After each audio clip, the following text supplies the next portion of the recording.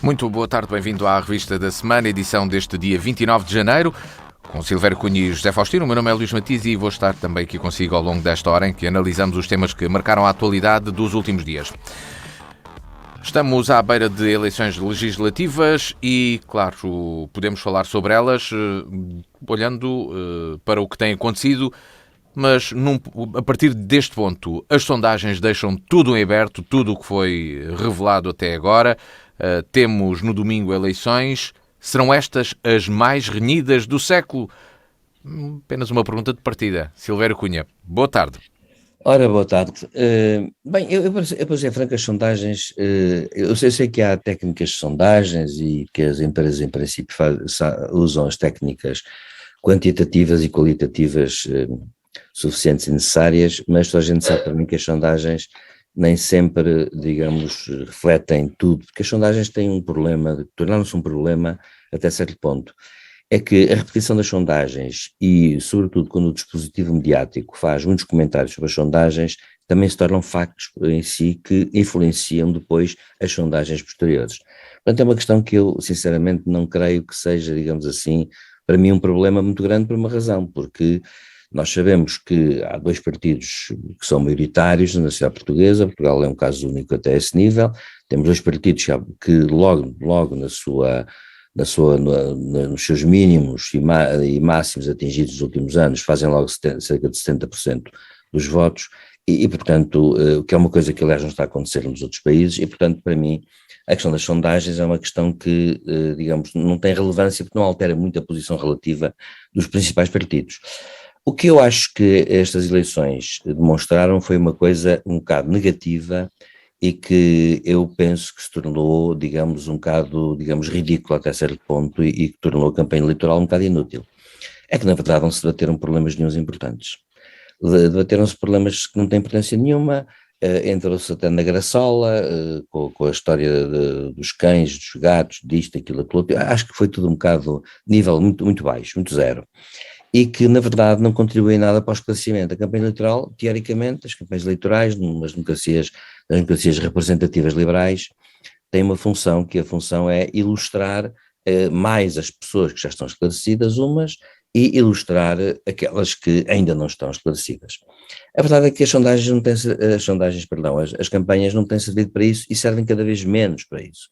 Aliás, uma característica talvez da evolução das democracias representativas e que já anda a ser notada há pelo menos 30 anos, é que, e há até várias obras sobre isso, é que o jogo político transformou-se num jogo que é um jogo espetáculo, por um lado, e um jogo que, digamos assim, vai buscar argumentos que na verdade não são argumentos que tenham relevância, não têm relevância. Portanto, acabam por provocar efeitos psicossociológicos que efetivamente dão a sensação de que se está a falar daquilo que é o realmente existente. E por isso é que não é de admirar que grande parte dos eleitores se abstenham e não compareçam. Melhor dizendo, se abstenham não, se não compareçam mesmo. A não participação eleitoral tem muito a ver com isso, porque as pessoas acham que realmente se discutimos coisas insignificantes, sob esse ponto de vista, todos os partidos até certo ponto são iguais. Só passam a ser diferentes quando nós discutimos as verdadeiras opções, e aí por isso é que serviram, mas eu lembro aqui, para quem não se lembra, porque seja mais jovem, mas eu lembro-me de que nas primeiras eleições a seguir ao 25 de Abril, os partidos tinham programas robustos, com questões ideológicas fortes, ideias, propostas baseadas nessas ideias, coerentes com isso, etc. Agora vê-se que não, aliás, vê-se uma coisa muito clara que já se verificou e que mostra também até o estado de crise do sistema político em geral. Professor, é fácil, desculpa interromper, para lembrar que há um programa que tem um programa partido, tem um programa com 600 páginas. Pois, mas é que eu ia dizer precisamente que esse programa tem, mas olha, eu não quero estar, eu vou falar também só falando nesse partido, não dizendo qual é, mas sabe que esse partido tem um problema, que é este, é que também não tem uma posição que o situa. Vamos cá ver uma coisa, se eu ler num programa de um partido que ele é ML, eu percebo perfeitamente que, sendo ML, ele tem uma doutrina por trás que é clara. Se um partido, todos os partidos, aliás, históricos que fundaram a democracia portuguesa, todos eles, os quatro fundamentais, todos eles diziam onde fundavam as suas raízes. Por exemplo, o partido que está a falar, como se sabe, enfim, eu vou falar em termos genéricos, o liberalismo há vários liberalismos. Nesse programa que eu já vi, não vejo qual é a tendência que seguem. Ou pior, eu receio até que tenham uma tendência e não a queiram dizer qual é. Bom, mas isso insere-se numa outra coisa, que era o que eu ia dizer. É que, de facto, os partidos em geral, hoje em dia, têm um problema, que improvisam.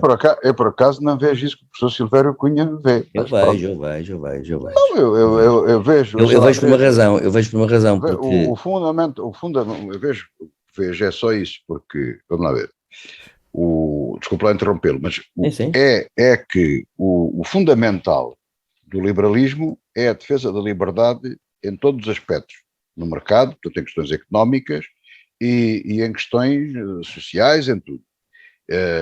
E em questões sociais, está dito, da sociedade, em tudo. Pois, aplica-se a tudo. Daí dizer-se, não há uma coisa. Porque não, as pessoas. O liberalismo. É o caso do professor, não se der ao cuidado de perceber o que é o liberalismo. Pois, é que o liberalismo, por exemplo, eu dou um exemplo concreto.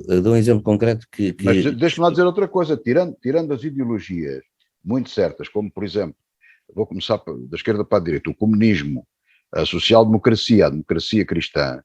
Bem. Mas sobretudo o comunismo, por exemplo, o fascismo, já não tanto, mas sobretudo o comunismo tem uma ideologia e princípios literários até muito definidos, está ali tudo bem mas definido. Mas o liberalismo tem até esses agora, o liberalismo anteriores. Não é assim, tem muitas coisas. Pois é, que o liberalismo tem até princípios anteriores aos outros. E acontece que precisamente o que eu acho é que hoje o liberalismo dividiu-se em tantos ramos que tem grandes diferenças entre si. Tem grandes diferenças. E acontece que precisamente o que eu acho é que acho mal que... Eu dou um exemplo Aqui estamos claros, aqui em Portugal estamos claros. Mas eu dou-lhe um exemplo concreto. Eu ponho um exemplo concreto. Por exemplo, nós temos em Inglaterra um partido conservador, um partido socialista, trabalhista, e temos no meio os Lib Dems, os liberais-democratas, que são um partido centrista.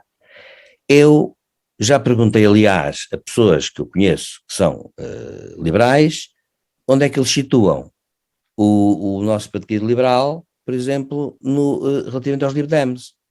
Os Lib Dems, então, parece que são de esquerda, relativamente a eles. Ora, os Lib Dems é que são os verdadeiros liberais em Inglaterra.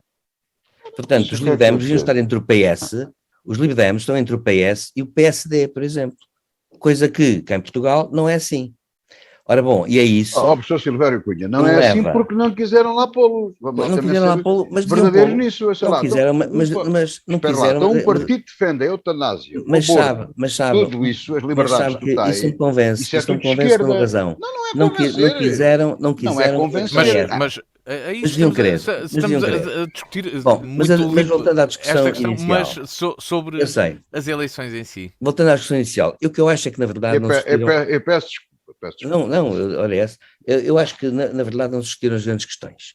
E a campanha, portanto, caiu naqueles casozinhos por aí fora. E eu acho que não se querem discutir as grandes questões. Precisamente porquê?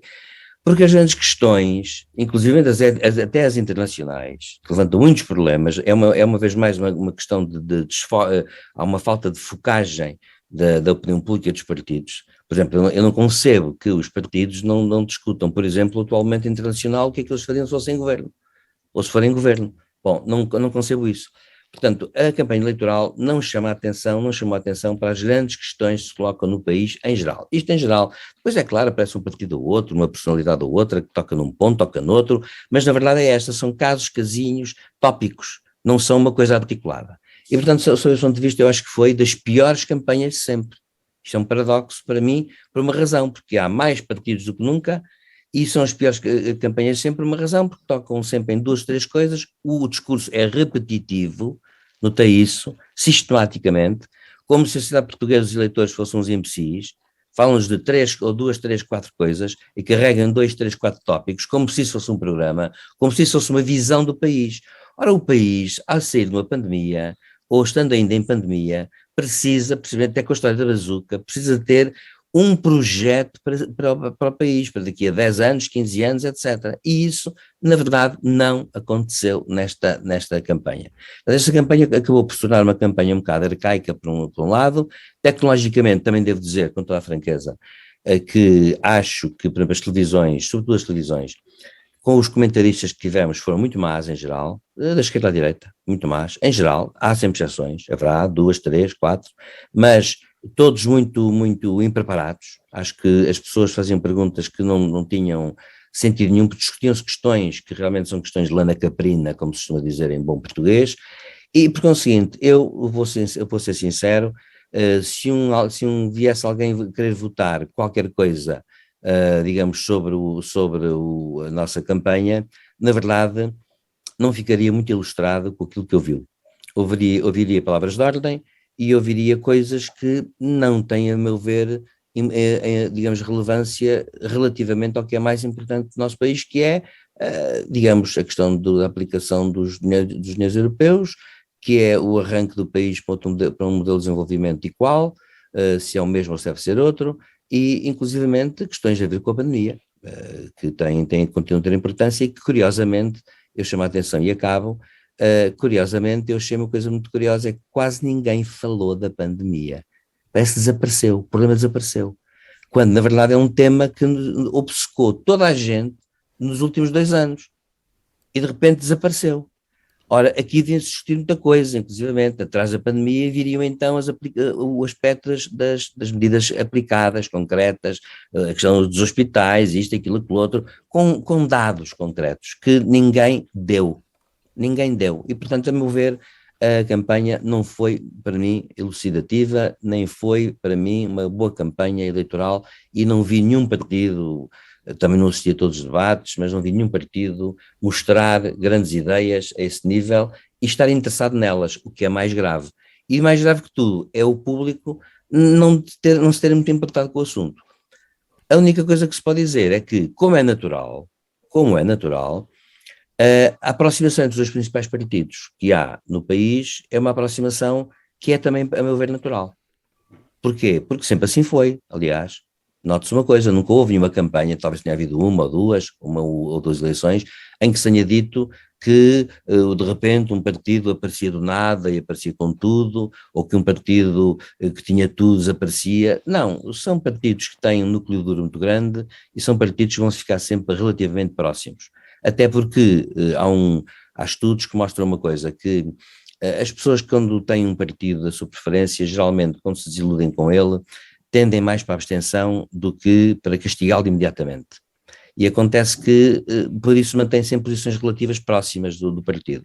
Por isso eu acho que foi uma campanha pobre também aí, porque não deu muito sumo, para ser franco, para se elucidar tudo.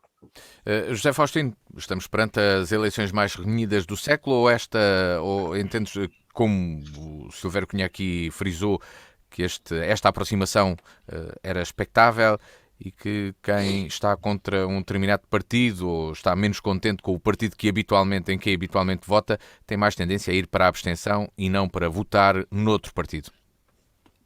Isso não sei, é capaz de haver muitos votos úteis, não é? Sim, coisa. Claro. Isso é capaz de haver. Portanto, eu não tenho uma visão completamente igual ao professor Silvério. Todavia, dou-lhe razão numa coisa, não sou tão radical como ele, e não digo que foi uma campanha pobre, mas não foi muito rica, quer dizer, foi uma coisa, não sei, o professor Silvério Cunha, talvez numa escala de 0 a 20, que é aquela que eu me habituei nos meus tempos, depreendo que dará um 8 à campanha, talvez. Sim. Pá, é o que eu percebi. Eu já vou para o 11, por exemplo, 10, 11, 10,5, vá, assim, 11 um bocadinho já. Não vou para o suficiente, não vou para o medíocre. E porquê? Mas antes disso eu queria dizer o seguinte, e vou dizendo isto sempre, direi sempre. Há aqui uma fraude, uma aldrabice, como quiserem chamar, que toda a gente está a vender ao país. Toda a gente, as pessoas com responsabilidade, bem entendido. Os partidos políticos e a comunicação social com muita culpa. E aquilo que o professor Silveira Cunha disse sobre as televisões, assino por baixo. Estou completamente de acordo. Uma coisa inexplicável. E a aldrabice é a seguinte. Eu estou aqui a olhar para um jornal de hoje, que traz aqui uma sondagem, que me vai servir também de orientação, para eu falar, para vos dar uma ideia, ver se eu consigo, a sigla partidária é 20 vezes mais pequena do que a cabeça do líder. Ou seja, as eleições legislativas que elegem deputados para a Assembleia da República foram transformadas numa eleição do Primeiro-Ministro, que não existe na Constituição Portuguesa. O Primeiro-Ministro não é eleito diretamente. E, portanto, o que se foi transformado, da maneira como é organizada, desde logo não haver tempos de antena nas rádios locais, logo o primeiro ponto, nem dar um grande ênfase à comunicação social regional, que é uma forma também de chegar junto às pessoas. Porque quem debateu verdadeiramente foram os líderes partidários, os candidatos a primeiro-ministro. Portanto, Jerónimo de Sousa disse isso no princípio da campanha, e eu sempre subscrevi o que ele disse, eu tenho martelado isso. Portanto, esse está isento de culpa porque chamou a atenção. Tudo o resto não faz muito caso disso. Ora, acontece que, por exemplo, no distrito de Évora, não é nenhum dos líderes que se vai candidatar. Nenhum. É um putativo líder de um partido, mas não é líder. Portanto, ainda não é o líder. E são outras pessoas. As outras pessoas a gente não as ouve falar. Não ouvimos programas. Estou de acordo também, em parte, já explicarei o que é que eu penso sobre isso, de alguma pobreza na apresentação de ideias, mas a nível dos distritos, a nível do círculo, zero, nada, absolutamente nada. Portanto, isso é um erro tremendo e é uma fraude, eu acho que é isso que se deve chamar, transformar umas eleições legislativas em eleições para o presidente do governo, para o primeiro-ministro. Bom, eu, a princípio, os debates e tudo isso, e fui acompanhando a campanha, não ponto a ponto, não acompanhei tudo, enfim, não muito interessado, mas com o interesse que me é obrigado a estar aqui a dizer estas coisas. E reparei numa coisa, houve 2 ou 3 partidos, e eu também não vou dizer quais são, que firmaram sempre as suas bases ideológicas. E, curiosamente, tiveram 2 objetivos. E digo isto porque uns mais à direita, outros mais à esquerda, portanto, eu friso aqui, fundamentalmente, 3 partidos que fizeram isso. Um mais no centro-direita, outro no centro-direita ou centro, como quisermos, e mais um à esquerda. Portanto, houve de facto líderes e pessoas, isto foi tudo à volta dos líderes, que puxaram à colação uma série de assuntos, não todos, o professor Silvério Cunha tem razão, nomeadamente os internacionais e todos os outros, que foram completamente esquecidos, isso é grave. E muitos outros, a educação, a justiça, foi pouco falado. Mas foi muito falado sobre a economia, sobre o desenvolvimento do país, sobre a fiscalidade, como é que o país sai do marasmo em que está, como é que sai da cauda da Europa. Isso foi muito discutido, felizmente. Ou seja, a campanha começou mal, os debates e tudo isso, mas depois foi melhorando, graças a esses 3 protagonistas. Claro, houve outros que pareciam autênticas bailarinas, às 10 diziam uma coisa, às 11 diziam as outras, ao meio-dia diziam outra, à tarde negavam tudo o que disseram, vinham a reafirmar o será há 4 dias, tudo. Foi uma coisa terrível. Claro, chegados hoje, ao último dia de campanha, hoje sexta-feira, o que é que verificamos? Já ontem, quinta-feira, se verificava essa tendência nas sondagens, nas televisões. Houve, digamos, um prémio a quem tomou esse tipo de atitude. E assim verificamos um empate técnico entre os 2 principais partidos e, para surpresa de todos, vimos a Iniciativa Liberal em várias sondagens a ser o terceiro partido, o que é espantoso. Portanto, lá está o Chega também, e depois há ali, portanto, está tudo muito empatado. Os primeiros e o segundo estão empatados, depois os segundos, os terceiros, quartos e quintos estão empatados, e depois lá no fundo também aparece o LIVRE, com possibilidades de eleger. O grande perdedor, como nas sondagens, como se previa, é de facto o CDS. E agora vem a parte sobre as sondagens. eu não fujo muito daquilo que o professor Silvério Cunha diz. E é bom que se ponha os pontos nos is. Tal e qual como se trata de umas eleições legislativas, também deve ser dito aquilo que deve ser dito, desculpem a redundância, sobre sondagens. As sondagens são aquilo que são. O Matias é sociólogo e pode muito bem, não faz vida disso, é radialista, ali está ele, aqui está ele connosco, mas tem formação, é licenciado em Sociologia. Não sei se os nossos ouvintes sabiam isto, Matias, olha, ficam a saber. Não é segredo. Pronto, não é segredo. E o Matias sabe porque estudou isto. A sondagem não diz nem mais, nem menos, de forma aproximada, conforme a ficha técnica diz, aquilo que poderia ser a intenção de voto, ou que seria a intenção de voto, no dia, naquela altura, em que a sondagem é feita. Ponto. Isto feita como deve ser e a sério. Ora bem, diferente é aquilo que nos chega, que também está correto, aquilo que nos chega a nós, com as projeções e tudo isso, não é exatamente aquilo que os eleitores dizem diretamente, a amostra. Porque é depois misturado com os últimos resultados, é feito também por cálculos científicos, uma extrapolação que é o resultado final. É por isso que, normalmente, se formos ver bem as sondagens, e toda a gente deve fazer, uma coisa é aquilo que, por exemplo, 35%, mas na realidade é um exemplo, o número calha, foram 29% que disseram efetivamente votavam ali. Agora, por outros resultados e por outros dados, faz uma extrapolação para chegar a esse resultado. Portanto, há cálculos para fazer isso. Agora, é preciso que as pessoas tenham noção disso. E depois há aqui um fator muito importante que às vezes se fala-se muito na abstenção, mas neste caso das sondagens, mais importante na abstenção é os que não sabem ou não respondem, os indecisos, ainda não sabem como é que vão fazer e que podem mudar e que mudam muito estas coisas. Vamos ver, nós temos dito, as sondagens têm enganado e não têm enganado, porque as sondagens não são reais, não são eleições. As sondagens dizem, bom, a tendência é aquela, depois a tendência já é outra. Por exemplo, aquelas que falharam mais, nas últimas nas autárquicas, em Lisboa, aquilo não estava muito longe. Fazia-se crer que era de outra maneira. Os partidos são muito hábeis nisso. Mas os institutos de sondagem, nós sabíamos que aquilo em Lisboa estava um bocado ranhido. Havia sondagens que diziam isso. Pronto. E agora, pode haver surpresas. Agora, o que não há dúvida nenhuma é que ao dia de hoje parece haver, de facto, uma diferença muito mais reduzida, que se chama empate técnico por causa da margem de erro, entre os dois principais partidos, por exemplo. E está muito ranhido também os terceiros, os quartos e os quintos lugares. Isso eu não tenho dúvidas que será verdade. E temos também aqui uma questão que é, uma coisa é a percentagem que é apresentada no total de votos do país e a respectiva correspondente representação parlamentar, que provavelmente será diferente, não é? Porque ter mais votos também não significa ter mais deputados. Exatamente. É outro problema. Mas eu explico isso rapidamente.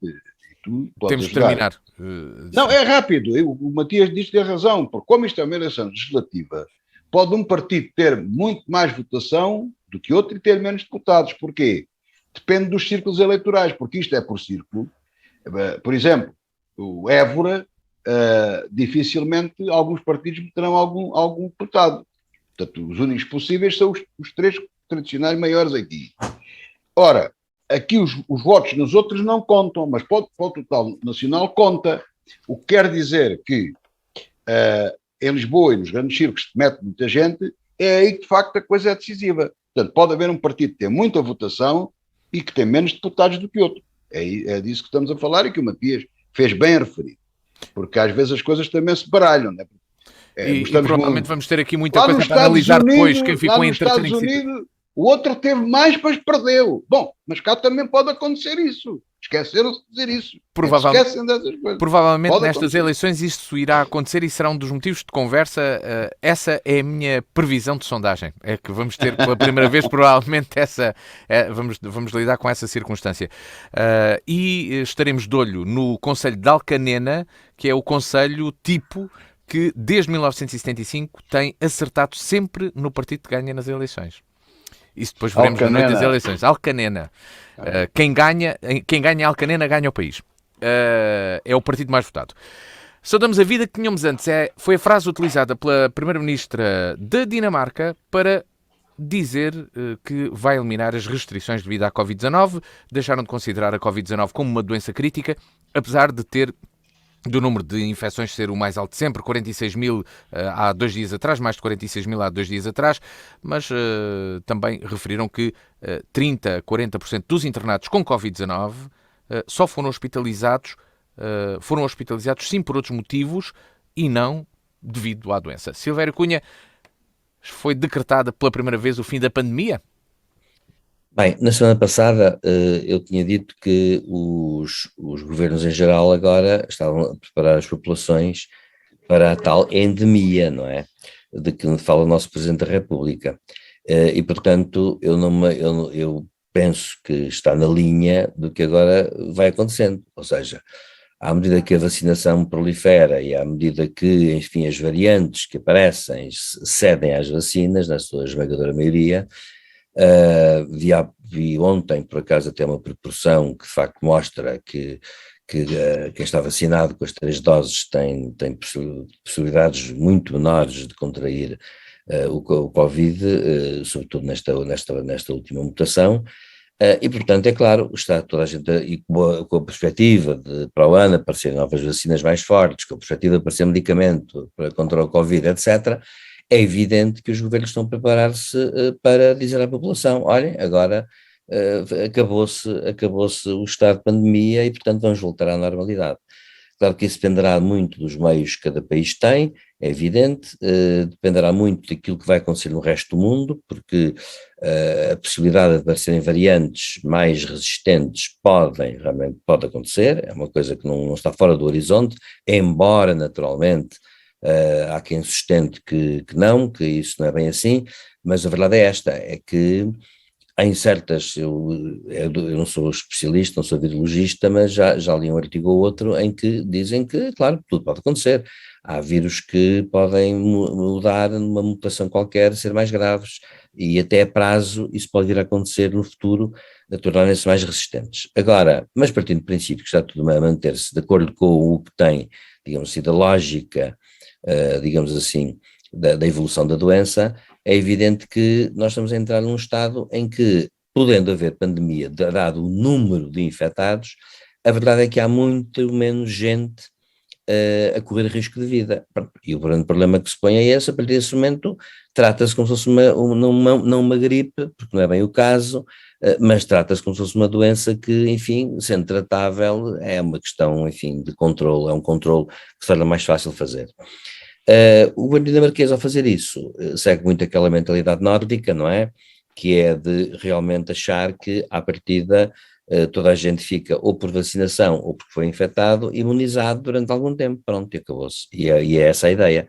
E acho que a ideia, neste momento, aliás, eu termino para dizer só isto, porque no fundo é o que eu julgo que é o que está a acontecer, é isto, mais nada. Eu termino dizendo uma coisa que há dias me deixou de boquiaberto.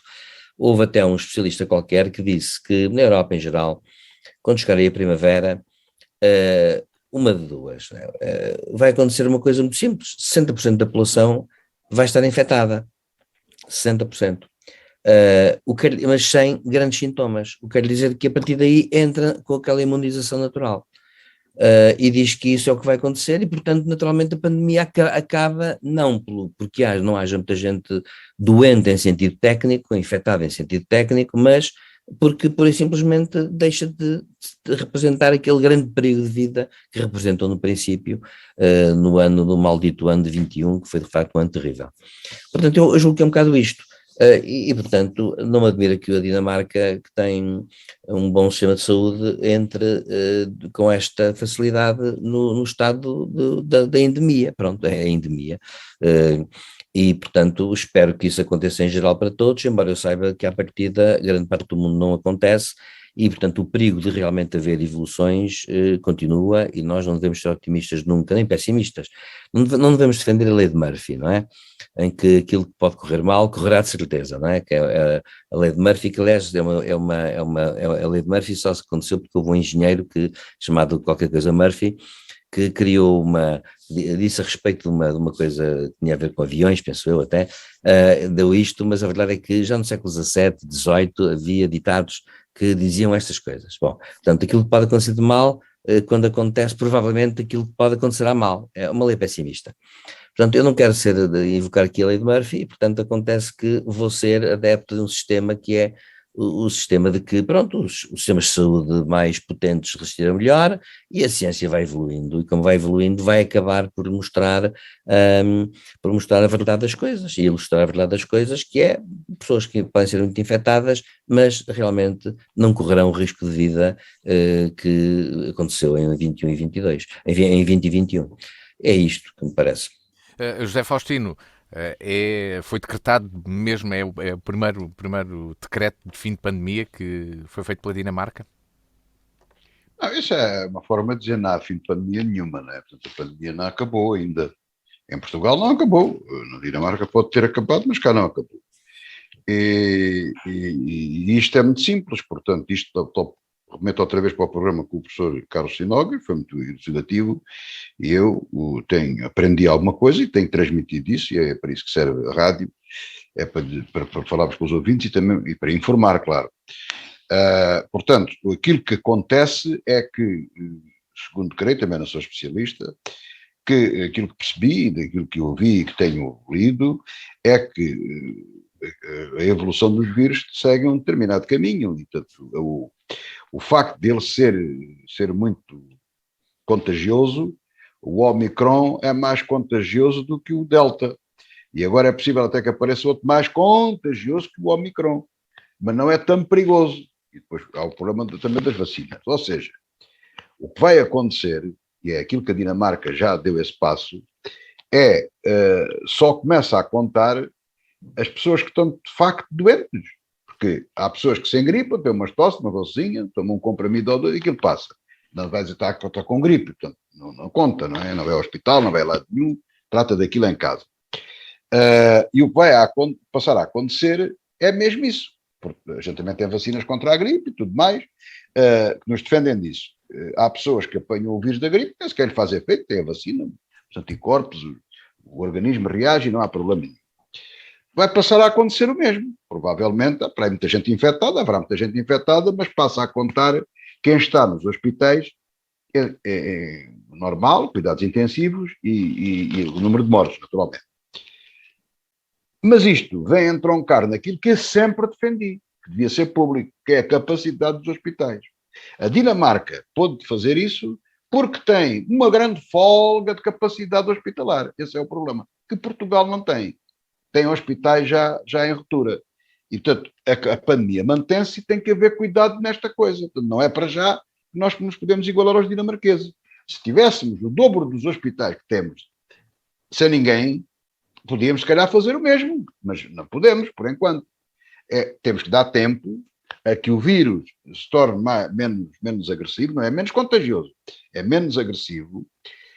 Está para aparecer aí no mercado muito brevemente, mesmo brevemente, um primeiro medicamento ou dois que servem para tratamento já quando a doença passa do nível de nós próprios resolvermos. É um medicamento com receita médica, vai aparecer, e que o nosso médico de família ou qualquer outro médico que nos assista nos pode receitar. Esse é um tratamento, segundo ouvi e segundo creio, 2 comprimidos por dia durante 5 dias. É a receita e, em princípio, a pessoa fica bem. E vai haver outros medicamentos, já há medicamentos para internamento hospitalar e para quem está no hospital. Anda a aparecer, já estão também em estudo e para aprovação nos Estados Unidos, salvo erro, os próprios comprimidos, como nós tomamos para a gripe, vai à farmácia, compra e toma aqui. Portanto, e aí entra na normalidade. As minhas previsões de leigo, daquilo que eu vi e fazendo as contas, é que em Portugal, lá para junho, mais junho, teremos uma situação idêntica à da Dinamarca. Mas neste momento ainda estamos longe disso. E é bom que tenhamos essa noção. E chama a atenção de outra coisa. Porque, como a capacidade hospitalar não está folgada, normalmente, e na maior parte dos casos, o vírus não faz mal à pessoa. Hoje a generalidade é já essa. Esse é o uso, é o comum, embora contagie os outros. Mas pode dar para o torto. É uma percentagem diminuta, mas a pessoa pode adoecer a sério. E nessa altura pode pode não haver capacidade de resposta. Daí que é preciso manter os cuidados, eu diria todos os cuidados, sem andar paranoico, como o professor disse, como andámos em 1920 e 21, mas tomar cuidado, não facilitar, não baixar a guarda, porque pode não nos fazer nada, mas pode nos atirar para o hospital e até para sítios piores. Portanto, eu acho que não há que não facilitar. Agora, ter a esperança que a tendência, estamos com um vírus esperto, entre aspas, que tem tendência a viver com os seus, com os seus portadores e a conviver com os outros milhões de vírus que por aí há, que a gente pode ter no corpo e tudo mais. E essa é a tendência. Agora, vai sendo feita progressivamente. Eu repito, querendo dar uma palavra de esperança, não levantar a guarda, vamos aguentar mais 3 ou 4 ou 5 meses, nem tanto, mas em mais junho estamos mais à vontade, de certeza. Tenho essa, quase como 95% de hipótese. Esta posição sobre a Covid-19 veio da Dinamarca que, entretanto, decidiu repatriar uma centena de soldados que estavam destacados no Mali a convite do próprio governo para segurança no país. Isto depois da junta militar ter renunciado, ter deitado fora esse convite, ter tirado o convite, retirado o convite, e a Dinamarca fala num jogo político sujo que decorre neste regime político. Há quem diga também que por trás desta decisão está o aparecimento dos mercenários do grupo Wagner, mercenários russos. Silvério Cunha, teremos aqui a mão invisível da Rússia através de mercenários e não de um exército direto, tentar influenciar politicamente outros países? Pois, o grande problema que se põe com os Estados africanos, até antes dessa mão invisível, digamos assim, há outra questão a colocar. A maior parte dos Estados africanos tem problemas políticos de estabilidade muito grandes. É um problema de desenvolvimento não no sentido apenas económico ou social, mas também político ou cultural, e é um problema de desenvolvimento que faz com que grande parte dos Estados se candidatem, quando estremecem facilmente, à categoria de Estados falhados, chamados Estados falhados. É o caso, aliás, infelizmente, da Guiné-Bissau, por exemplo, e é o caso da Somália, outro exemplo. Portanto, são aqueles Estados que de facto têm um problema grave, que é esse, têm estruturas políticas muito, muito débeis, têm populações que não são muito participativas, não são habituadas a isso, poderes autoritários, e portanto, claro que há sempre uma grande arbitrariedade nestas coisas, uma espécie de, portanto, vive-se na total dependência de tudo, até dos elementos, não é? Morre-se facilmente de doenças, etc. Ora bem, acontece que os jihadistas, ao contrário que nós julgamos, estão muito acordados e continuam vivíssimos e estão por aí. Inclusivamente estão num país cuja capital é a capital mais próxima de Lisboa, que é Rabat. Em Casablanca, em Rabat, em Marrocos, o governo marroquino não fala do assunto, faz uma grande repressão sobre os jihadistas, mas acontece que toda a gente sabe que, devido às condições de vida da maior parte dos marroquinos, naqueles subúrbios de cidades que já têm neste momento muitos habitantes, mais de 1 milhão de habitantes ou 2, Casablanca, por exemplo, é um exemplo desses, acontece que em Marrocos, por exemplo, toda a gente sabe que são jihadistas que detêm autênticos sistemas de segurança social privados, que são os que ajudam as pessoas, porque o Estado não intervém nem cria sistemas desses. Portanto, acontece que há uma adesão latente dessas pessoas às necessidades básicas, que lhes são asseguradas por grupos que ideologicamente as manipulam, que são os grupos terroristas ligados à Al-Qaeda e ao Estado Islâmico. Acontece que esses já estão presentes na África Ocidental Francesa e entraram no Mali. O Mali tem ali uma zona onde se situa, aliás, uma cidade histórica que é Património Mundial da Unesco, que foi Tombuctu. Tombuctu é uma cidade mítica, porque quando na nossa Idade Média havia 2 ou 3 universidades, os muçulmanos criaram lá uma das primeiras universidades, e portanto, curiosamente, Tombuctu tinha uma universidade famosa, do ponto de vista histórico, bem entendido, e acontece que o Mali, que é um país enorme mesmo, dá logo na sua fronteira sul com imensos países da África Ocidental Francesa, entre os quais, naturalmente, o Senegal, a Guiné-Conakry, por exemplo, o Ghana, etc. E, portanto, é um país enorme, mas é um país mesmo muito grande. É um país que no mapa parece, é um país que eu penso que é do tamanho de Angola, pelo menos. Acontece que aí também entraram os Al-Qaeda e os grupos jihadistas. E então a Europa, a pedido de alguns governos africanos e também por tratados internacionais que estão estabelecidos, sobretudo a França, mandou um contingente militar e outros países, nós até tivemos também contingente militar no Mali, e outros países também, para aguentar um pouco os governos que legitimamente, de uma forma, enfim, às vezes um bocado fraquinha, foram eleitos, apesar de tudo. E, portanto, acontece que estiveram lá, digamos, a tentar ajudar. O problema é que as elites políticas africanas, muitas vezes, são tão más, como, digamos, são todas más, Quem tem poder e quem está na oposição pensa a mesma coisa, ponto 1. Ponto 2, estão também na África Ocidental Francesa como pivôs de passagem de drogas, o que faz da Guiné-Bissau um Estado falhado é um bocado isso, é um pivô, digamos, é uma plataforma de passagem de drogas ilícitas para a Europa, nomeadamente, e acontece que estão nas mãos, portanto, também de gangues e de máfias, etc. Ora bom, a Europa tentou dar um apoio, a França entrou com bastante força e com êxito, deve dizer-se. Acontece que houve combates muito sérios. Portugal mandou para a República Centro-Africana e para o Mali também, pensou, contingentes. A Dinamarca foi um deles também.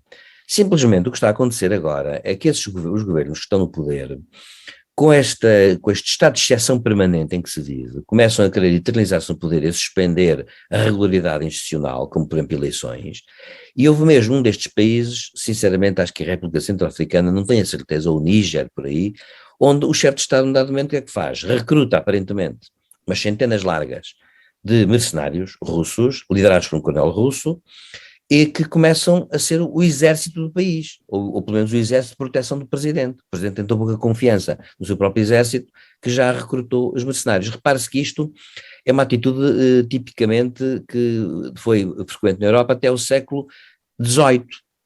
Até o século XVIII os reis não tinham exército regular, tinham exércitos mercenários. Por isso, aliás, aqui a população não os via tão bem, porque os mercenários podiam ser estrangeiros e até podiam tratar mal os naturais do país, do rei que serviam. Acontece que os mercenários têm um problema muito grande, e deve dizer-se também nas guerras, é que os mercenários fazem guerras de terra queimada. Porquê? Porque não têm nenhum apego àquilo, porque aquilo é para pagarem-lhes e destruírem tudo. Destruir o inimigo, destruírem tudo. E, portanto, não respeitam as leis da guerra, é por isso que o ser mercenário passou a ser, em muitos casos, condenado pela ONU e pelas leis da guerra, porque eles não as respeitam. Agora, pois, o problema é de saber uma coisa curiosa que é esta: como é que é possível que, isto parece já aquela ficção que vemos nos filmes da Missão Impossível com o Tom Cruise, não é? Em que nós vemos que há, de facto, serviços armados, sejam eles comandos ou sejam eles já quase um exército regular, porque fala-se do grupo Wagner, que tem muitas centenas, só na República Centro-Africana estarão mais de 500 ou 600 mercenários a aguentar, e muito bem armados. Aqueles 500 ou 600 valem por 6.000 dos outros mal armados, e acontece que o que está a acontecer é saber se de facto há aqui a mão longa de Putin ou não. Bem, eu não sei, embora eu deva dizer uma coisa para terminar, devo dizer o seguinte: eu não sei se é verdade, se é mentira, os serviços secretos dos países ocidentais sabem de certeza absoluta isso. Acontece que, com a expansão dos jihadistas na África Ocidental Francesa, que estão a aproximar-se também da fronteira de Burkina Faso, com a sua presença sistemática no Mali, no Chad, no Níger e na República Centro-Africana, acontece que as respostas, uma de duas, ou de facto há uma resposta ocidental fortíssima, isso implicaria uma intervenção que eu diria de dimensões brutais, ou então ficamos aqui em conflitos regionais de terra queimada. Claro que se a Rússia faz isto ou não, não sei, não tenho provas nenhumas. Claro que Putin, eu já disse aqui várias vezes e já vi 2 vezes aquele programa que eu disse que passa em televisões por cabo com o Oliver Stone a entrevistar Putin durante 2 horas, em que lhe põe as questões mais difíceis e com uma dureza enorme.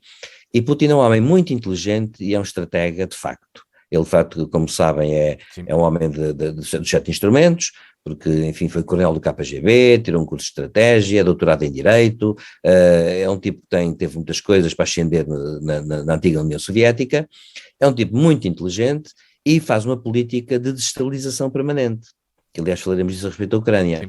E essa política é uma política antiga, que na cena internacional sempre existiu, e ele neste momento é talvez o grande, para terminar, para dizer que ele é o grande, digamos, é o grande nome da potência, a Rússia é uma potência, queremos ou não, da potência que faz a chamada diplomacia patológica, ou seja, intervém dizendo que não intervém por trás da cortina, faz isto, faz aquilo, faz aquilo outro, e portanto ele está a jogar em vários patamares. Para quê? Para ter uma posição negocial com os países ocidentais que efetivamente o ponha numa posição de força. E isso é o grande problema que se coloca aqui. Portanto, eu não tenho provas de nada, eu não vou dizer, portanto, que o grupo Wagner é um grupo pago pelo governo russo porque o governo russo nega-o, mas a verdade é esta, é que estamos perante uma situação muito grave e, para terminar, sublinho, eles estão mais próximos da Europa do que nós julgamos, porque isto é o Sahel. Portanto, a seguir ao Sahel temos os países do Norte da África, acabou. Onde, portanto, o jihadismo já está instalado, que é de uma forma clandestina. Portanto, como são muito próximos, nós temos que prestar atenção a isso. Isto é uma coisa que, por exemplo, merecia ter sido falada na campanha eleitoral, se nós tivéssemos um eleitorado que estivesse consciente das questões internacionais. José Faustino, que comentário faz esta situação? O problema é complexo em África. E, de facto, o jihadismo, o Estado Islâmico, tudo isso está a progredir muito, com muitas ramificações em África. E na minha opinião, talvez não esteja a ser dada a atenção devida ao fenómeno. Alguma atenção está a ser dada, isso está, não há dúvida absolutamente nenhuma. Aliás, estamos agora aqui perante uma retirada, só uma retirada é porque houve ida de tropas para lá e portanto as coisas vão assim funcionar. Mas estes cenários de guerra, no Médio Oriente acontece o mesmo, em África, enfim, onde há estas caramuças habituais, é muito difícil perceber tudo isto, pelo menos para mim, porque há os chamados senhores da guerra, há os senhores da guerra, portanto, têm grupos, têm exércitos, pequenos exércitos, que lutam por aparentemente uma ideologia, ou por simpatia, ou por aquilo que vão para um lado, vão para o outro. É tudo muito confuso.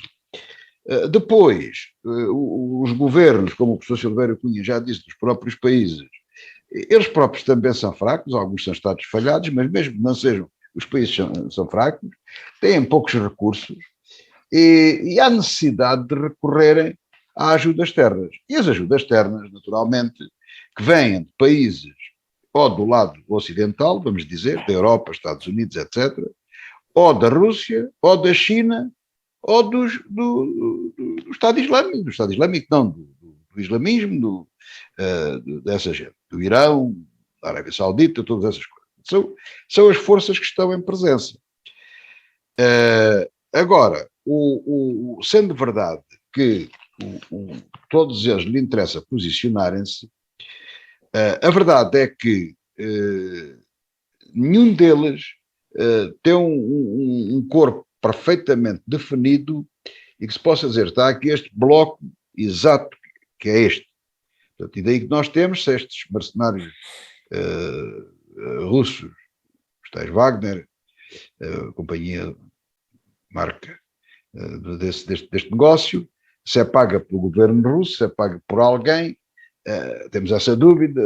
Putin influencia, não influencia, também tem influência até se pode dar o caso, não quer dizer que seja assim, dos mercenários serem russos, mas ser pago pelo governo chinês, por exemplo. Quer dizer, pode haver aqui muitas variáveis e muitas coisas. O mundo está muito difícil e é difícil nós percebermos o que é que se passa. E outra coisa é aquilo que nós sabemos e que a comunicação social diz, aquilo que toda a gente sabe, aquilo que é publicado. E outra coisa é aquilo que os governos sabem, nomeadamente o da Dinamarca e dos seus serviços de inteligência, porque tudo isso funciona. Quer dizer, cá em Portugal, o senhor tem razão em chamar isso à colação, não se falou em tal coisa, nem lhes passa para a cabeça, porque tudo o que é militar, tropa, guerra, serviços de informação, tudo isso, inteligência, isso tudo é uma coisa, coisas do diabo, ninguém quer saber disso, não, é tudo fofinho, é tudo muito confortável. E portanto, isso nem entra na agenda para discussão. Agora, o mundo está perigoso. Eu não sei ler estes sinais. A Dinamarca retirou porque entendeu que devia retirar, e vamos dar o benefício da dúvida, se eles dizem isso, enfim, vamos aguardar e ver o que é que acontece. Agora, há uma coisa que é certa, iremos falar a seguir, e isso pode começar a ser, eu a princípio não dei muito valor, achei que era mais uma jogada de Putin, ainda não me dou por vencido, mas começo a ver alguns sinais preocupantes, e explicarei a seguir porquê. Então vamos lá falar. E começo a ver que, das duas uma, ou Putin se concentra num determinado sítio, porque se dispersa por todo, ou uma coisa ou outra, ele pode dispersar por vários para ter posição em todo o lado, e como o professor Silvério Cunha explicou, influenciar em todo o lado, isso é possível. Mas não consegue fazer tudo ao mesmo tempo, ele não se consegue concentrar num ponto, se for a intenção dele, desenvolver uma invasão, por exemplo, da Ucrânia e andar disperso por estas coisas todas. É complicado. E continuo depois no próximo ponto. Vamos lá então olhar para a Ucrânia, porque os Estados Unidos e o Reino Unido decidiram retirar os familiares de diplomatas de Kiev. A Rússia continua a dizer que não quer entrar em guerra com a Ucrânia. A NATO reforçou as forças militares no norte da Europa. A Bulgária vai criar um batalhão militar para a defesa do país. Há militares e navios espanhóis até a caminho do norte da Europa. A França disponibilizou tropas para se instalarem também mais a leste. E mais recente declaração do secretário-geral da NATO disse que a organização está preparada para o pior. Silvério Cunha. Pois, a questão da Ucrânia é uma questão delicada. A revista Foreign Affairs, que é uma importante revista americana de relações internacionais, aliás, de tonalidade conservadora, no seu último número tem um título de um artigo que eu ainda não li, mas vou ler, dizendo que o que é que interessa a Ucrânia para a Rússia? E eles dizem, interessa tudo, por uma razão, porque de facto nós estamos aqui a jogar qualquer coisa que está para além do problema da Ucrânia em si mesmo. A Rússia a Rússia é na verdade um país imperial, não é? Sempre foi. A partir do século XVII, quando o czar Pedro o Grande conseguiu, digamos assim, unificar tudo e transformar a Rússia e criou-se Petrogrado, São Petersburgo, como se chama hoje, aliás, em homenagem a Pedro o Grande, é bom dizer que aquilo era uma zona de pântanos, não havia nada. Ele transformou a cidade numa autêntica capital, aliás, ele pensou mesmo em transferir a capital de Moscovo para São Petersburgo. Talvez razões de segurança é que evitaram isso, porque São Petersburgo, apesar de tudo, está muito próximo está no Mar Báltico e está muito próximo dos outros países. Mas acontece que é a segunda cidade russa e acontece que, de facto, sucede que a Rússia sempre não tem medo desde sempre. Há livros sobre isso. A partir do século XVII e XVIII, a Europa andou sempre preocupada com a sombra da Rússia, porque aquele país é um país gigante, não é? É um país brutalmente grande, 17 milhões de quilómetros quadrados neste momento. Quando era a União Soviética tinha 22, mas para ser franco eu costumo dizer que aqui entre 17 e 22 tanto faz.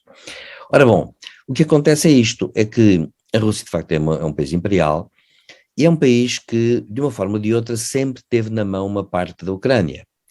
E acontece que a Ucrânia já esteve em muitas mãos, são países que têm uma história muito retalhada, são países, portanto, cuja identidade histórica é sempre difícil, e são países por onde se espalharam os russos, tal como os alemães se espalharam, os povos germânicos antes disso se espalharam, inclusive até a Rússia.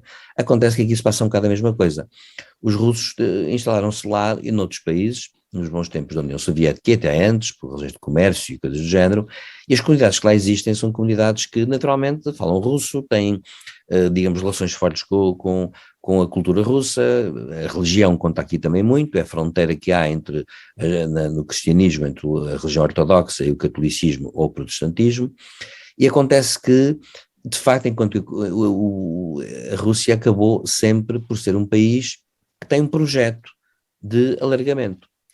E depois, passa-se agora na atual situação, quanto a mim, algo semelhante àquilo que aconteceu com aqueles mísseis em Cuba, num certo sentido. Hoje sabe-se, aliás, os manuais de histórias internacionais já abordam isso na calma, sabe-se que quando Khrushchev quis lá pôr os mísseis em Cuba e de repente retirou-os, que Kennedy intimou a tal, a verdade é esta, que Kennedy antes, os americanos tinham instalado zonas de mísseis na Turquia, que atingiam a Rússia, claro, que tem fronteira com a Turquia, e acontece que, portanto, os Estados Unidos estavam a ganhar 1-0, e quando Khrushchev, digamos, quis lá pôr, digamos, os mísseis em Cuba, com grande satisfação de Fidel, Acontece que depois Kennedy negociou com ele, e a negociação foi esta, é que os russos disseram assim, sim senhor, nós retiramos e a vitória é tua, mas numa condição, daqui a menos de um ano tu retiras as bases na Turquia, e assim foi.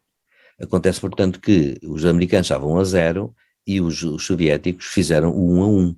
Quem ganhou foi a União Soviética. Hoje ele é ser dito nos manuais mais conceituados de relações internacionais, de história das relações internacionais. Os russos conseguiram isso.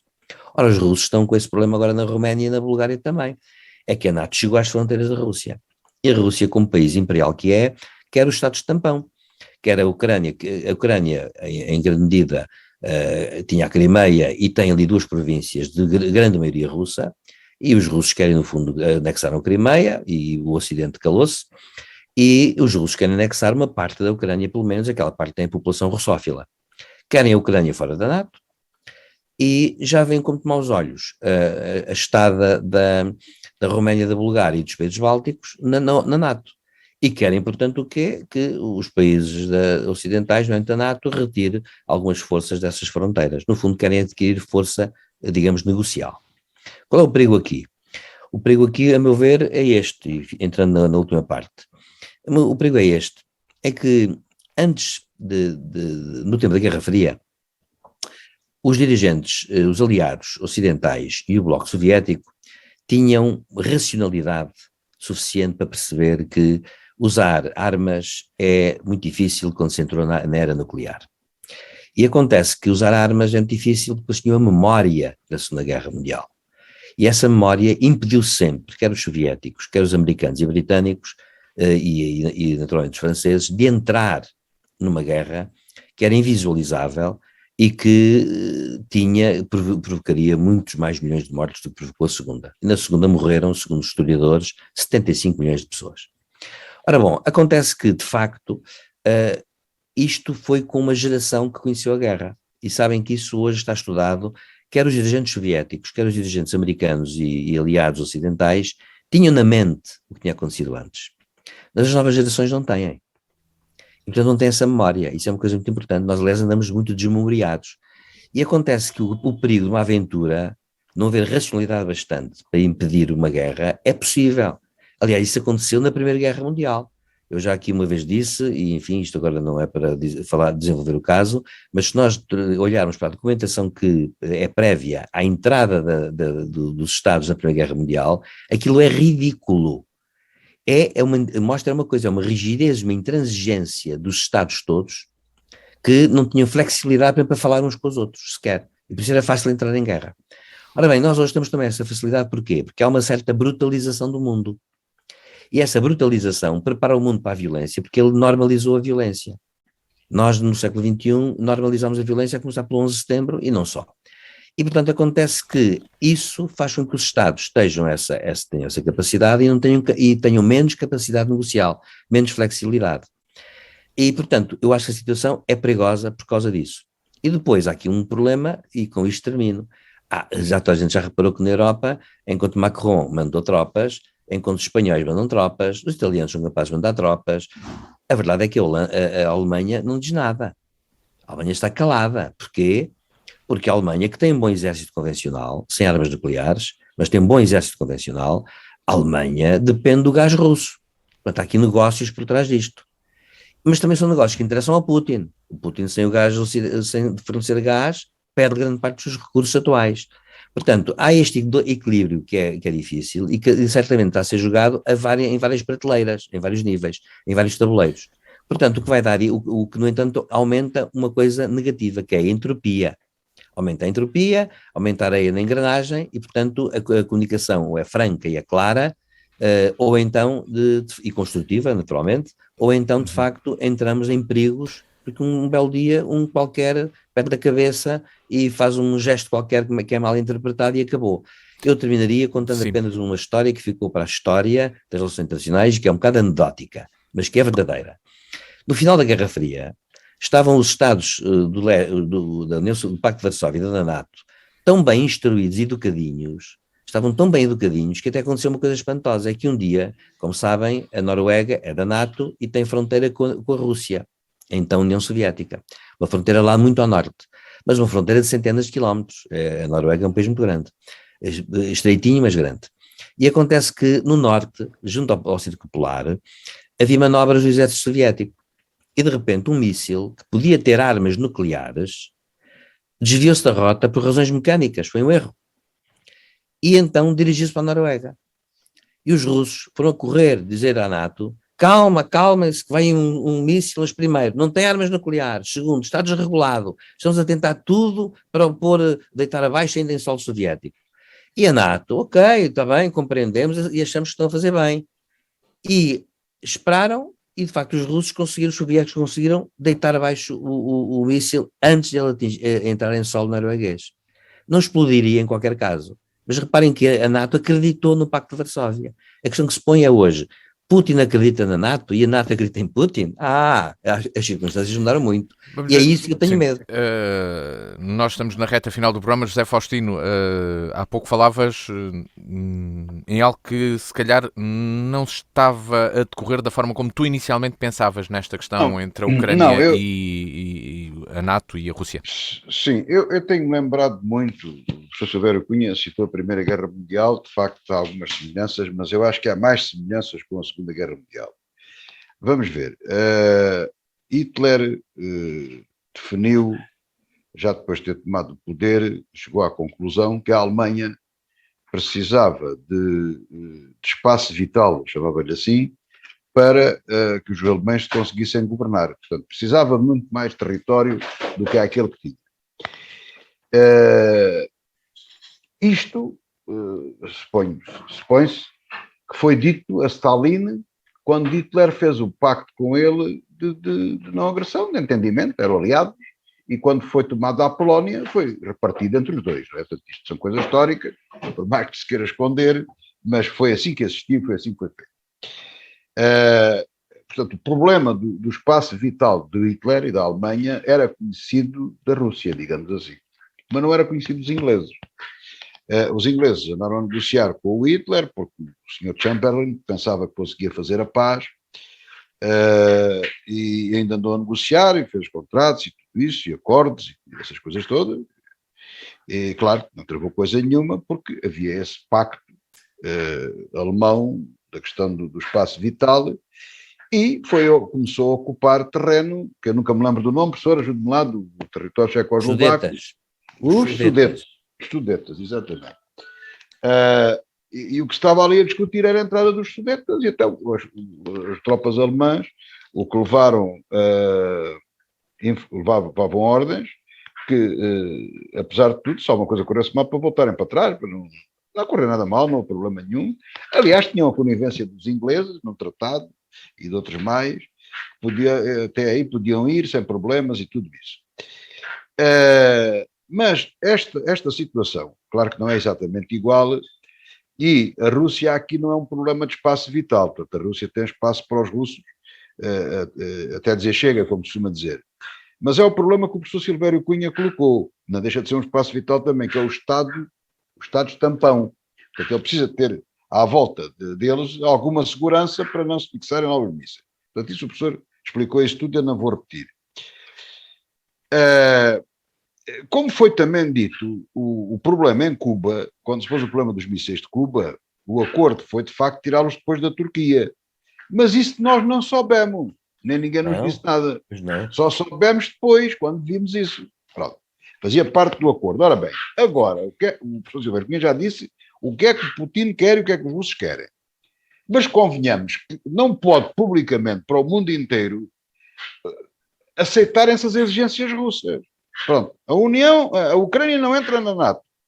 E os outros dois que lá estão, ou três, vão sair.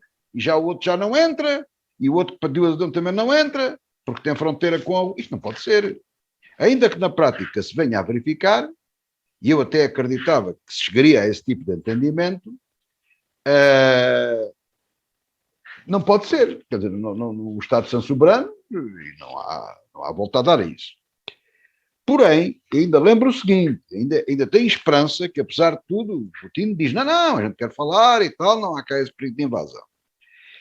E eu tinha muitas dúvidas, lembrei-me do Chamberlain quando viu o presidente americano a dizer que havia fortes sanções e tal, mas agora já mobilizou 8 mil e tal tropas especiais para intervir se for caso disso, e há toneladas de material de guerra a seguirem para a Ucrânia, e portanto vejo a coisa um bocadinho mais equilibrada e vejo o Ocidente a responder melhor e a NATO a responder melhor. A responder melhor não quer dizer que eu queira a guerra ou que vá para a guerra, não é isso.